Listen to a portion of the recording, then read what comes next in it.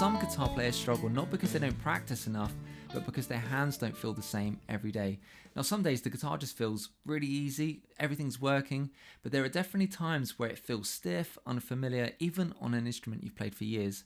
And when that happens, it's so easy to lose confidence. That's exactly why I rely on this 5-minute warm-up. Now these exercises aren't meant to be easy, but if we spend time with them and just live with them for a little while, they won't take long to settle in and become really familiar. And something familiar will always give you that little bit more confidence. So we're going to look at 3 exercises. They begin from kind of a beginner to an advanced level.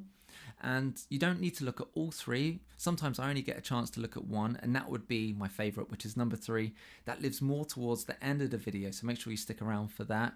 And let's just dive into exercise number 1. We're going to begin by warming up the picking hand.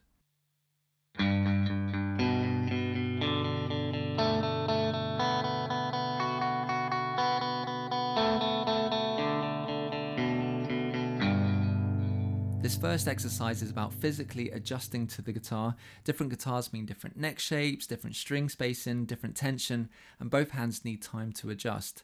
We're still working on string to string accuracy with the picking hand, but instead of just pure open strings, we're going to use chords to help keep the exercise sounding more musical and also gets the left hand involved too. Okay, so set yourself a slow tempo of 60 beats per minute. If you're a bit more advanced, you could definitely jump up to something like 80 to 100. But for the purposes of these exercises, I'm sticking at 60 beats per minute. We're using quarter notes and we're working with a C major chord to begin with. And what we're going to do is pick every string individually, strict alternate picking throughout.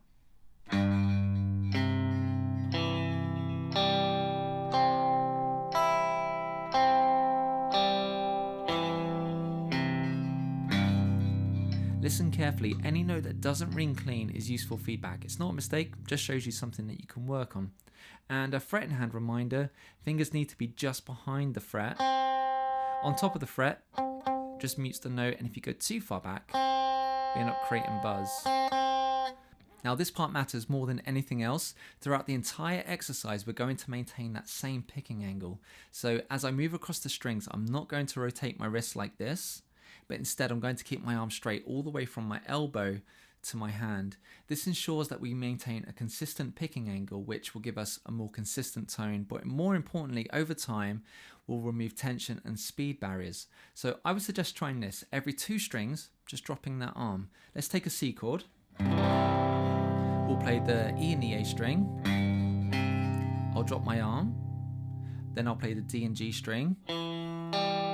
Drop my arm again just a little bit, and then play the B and the E string, and I'll do the same coming back down.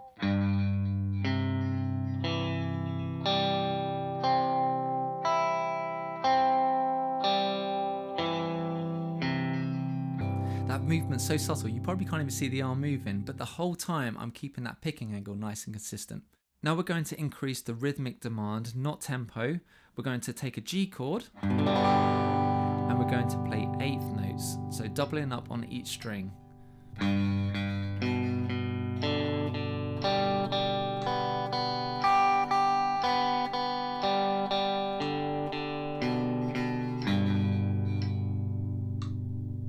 Now we're going to keep varying up the chords. We're going to take an E major this time, and we're going to approach this with a triplet rhythm, so that's 3 notes per count.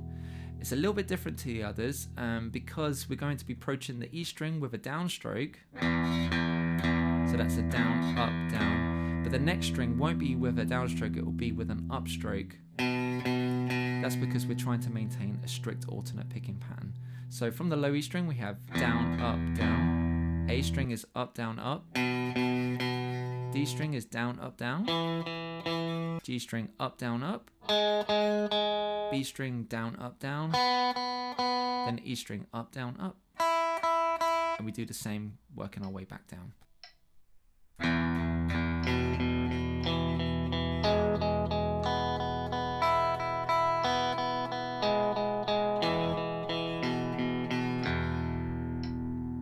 Now this is a really good opportunity to make this exercise even more musical by using chords that you really enjoy listening to, or if you just want to be ultra efficient with your practice, you could just use chords that require some work.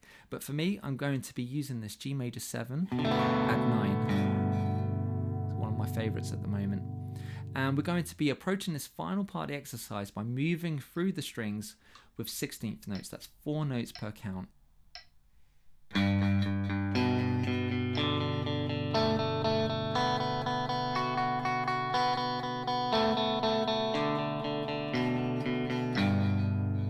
Okay, so the picking hand is nice and warmed up. We can now move into exercise 2, where we start to wake up the fretting fingers.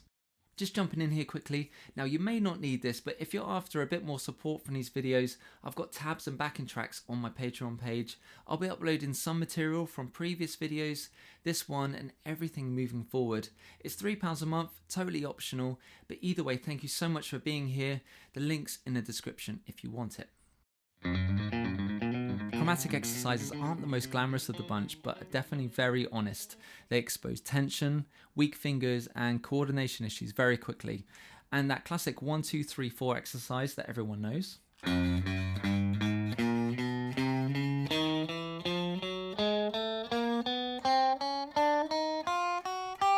Often referred to as the spider exercise or the spider crawl. I just call it the 1, 2, 3, 4 because that's what it looks like. But it's great, especially for beginners, and this exercise just takes that a little bit further. What we're going to do is jumble up the fingers ever so slightly, introduce vertical and horizontal movement, as well as some outside and inside string picking.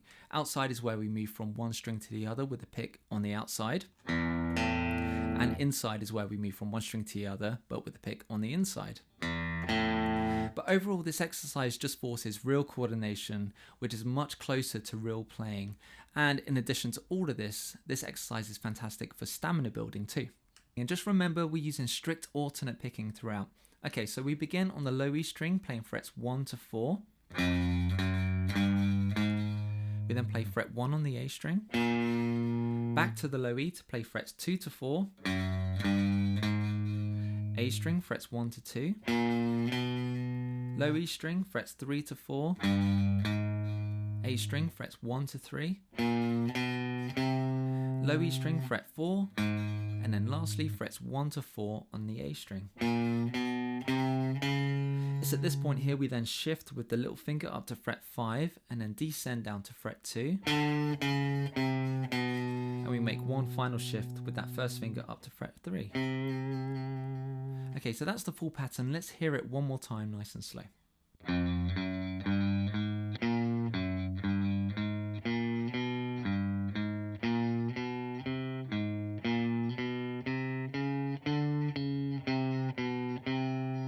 Okay, so now we're going to take that exact same pattern, exact same fingering, and move it higher up the neck, working in string pairs. We first began at fret 1 on the low E string. The next pattern then begins at fret 3 on the A string, then fret 5 on the D string, fret 7 on the G string, and lastly fret 9 on the B string. At this point we're going to attach a few extra shifts to get us up to fret 15 on the high string, which is where the pattern ends. So let's take a closer look at that last pattern so you can see exactly what shifts I'm talking about.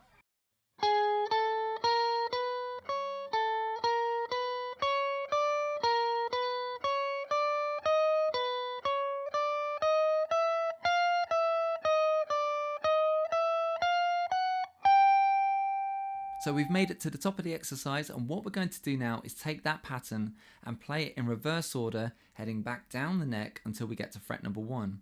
So what we do is play fret 15 to 12 on the E string, fret 15 on the B string, fret 14 to 12 on the E string, 15 to 14 on the B string, 13 to 12 on the E string, fret 15 to 13 on the B string, fret 12 on the E string, and then lastly fret 15 to 12 on the B string. It's from this point here we then shift that first finger down to fret 11 and then ascend up to fret 14, and we make that final shift with the little finger from fret 14 to 13. Whew, that's a lot of information. When I do the full playthrough, I'll make sure to put some scrolling tab up on screen so you know exactly what I'm playing, because that was probably quite an overwhelming amount of information. Okay, so what we're going to do here is take that exact same pattern, exact same fingering again, but this time repeat it from fret 13 on the B string, then from fret 11 on the G string, fret 9 on the D string, And lastly, fret 7 on the A string. We're also going to attach a few extra shifts to make sure that we land fret 1 on the low E string. So let's take a close look at that last pattern so you can see exactly what those shifts are.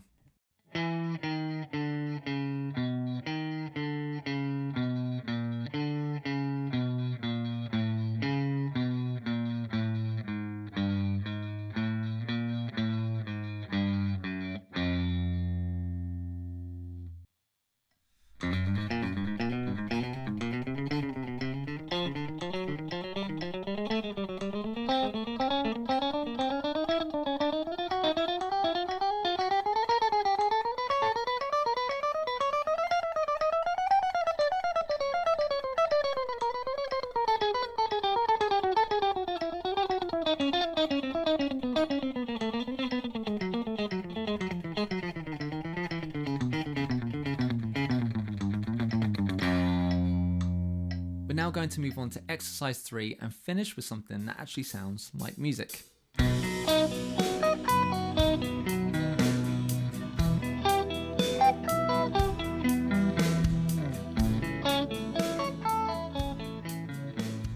Now this is my favourite part of the warm-up, and I'm pretty sure it's going to become yours too. It's aimed more towards that intermediate advanced player, but if you are a beginner, you can definitely give it a go. I think the opening few notes of each part of the exercise should be absolutely fine. But what we're going to do is outline a spread triad, which is where the chord tones are spread across non-adjacent strings. So if we take a B major triad, for example, we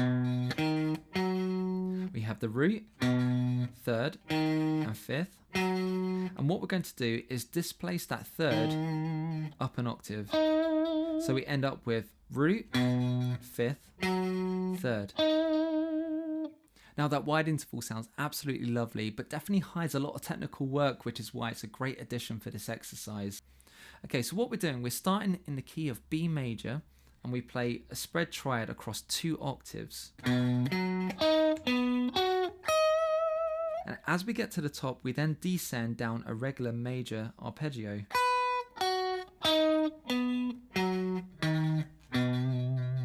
Now this is really good because this involves having to roll the first finger and also the third finger. And by rolling, what I mean is we're just pivoting that finger across 2 strings. We're not lifting it off the strings, we're just rolling the pressure. And what we want is for those strings not to blend into each other. We want clean separation. So here's that pattern nice and slow one more time.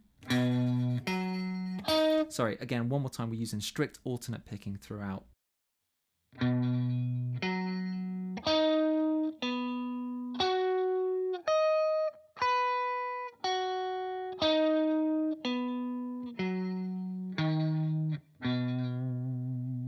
Now what we're going to do is take this pattern through the cycle of fourths, but every other key switches to minor. So we started in B major. The next key, which should be E major, is now going to become E minor. And all we do is adjust that pattern just by flattening the third from major to minor. And we end up with this.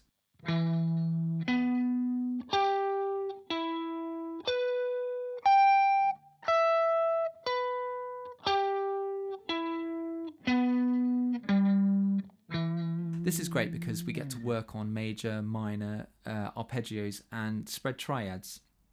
And this is great for our ear because it means that we don't get too comfortable and fall into autopilot mode. So my goal tempo for this is about 120 beats per minute with eighth notes. I've even put a backing track together for this to make it sound even more musical because I love it so much. So let's hear that now at the goal tempo of 120 beats per minute.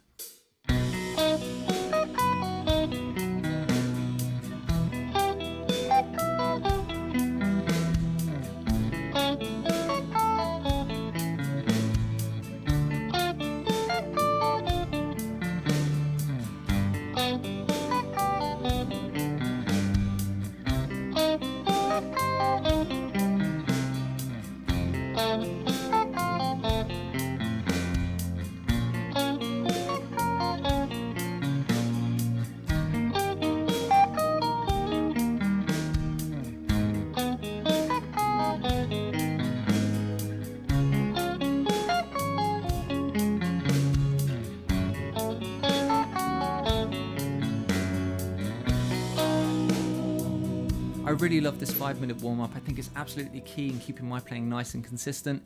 Even on days where I don't get to practice, I still try and make time for these 5 minutes, even if it's for just one of those exercises.